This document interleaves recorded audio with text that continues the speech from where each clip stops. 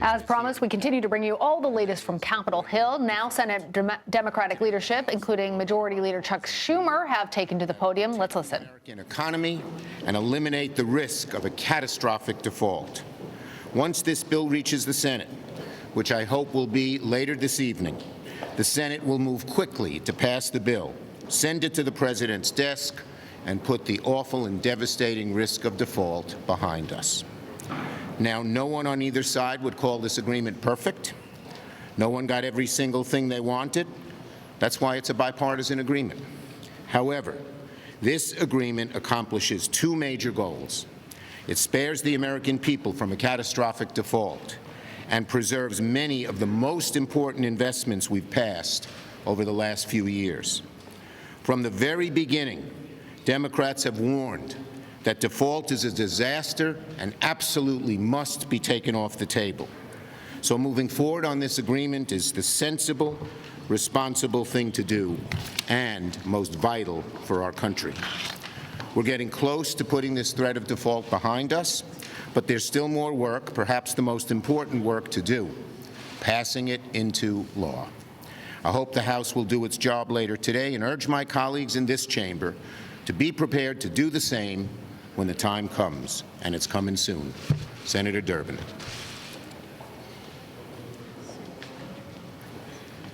Thanks, Chuck. This week, we're faced with the need for Congress to again perform its constitutional duty and prevent the first ever default on our national debt. Over the weekend, a bipartisan agreement was reached to accomplish this. It represents a true compromise. Neither side got everything that they wanted.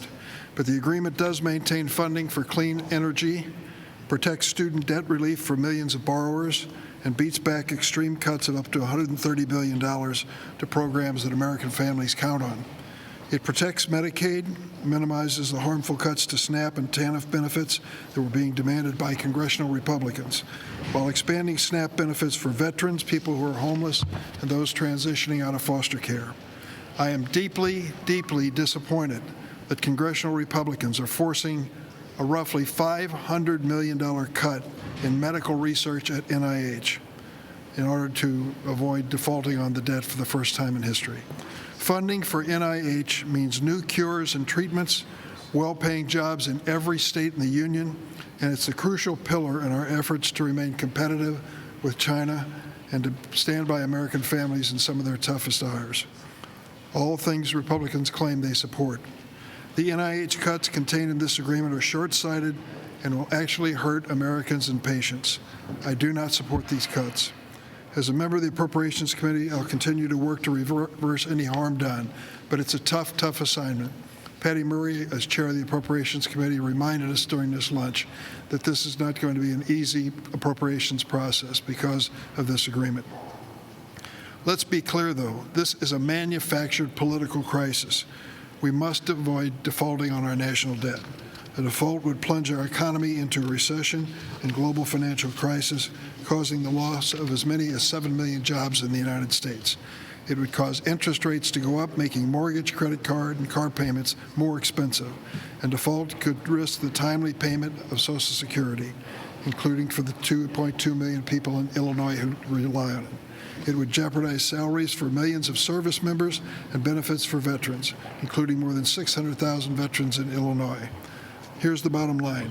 We keep our commitments, we pay our jobs, and now let's finish the job. I think you're next. Even listening to Democratic lawmakers speak about the debt ceiling agreement on Capitol Hill, Senator Schumer praised the president and Democrats for reaching a deal on the debt ceiling and avoiding a default.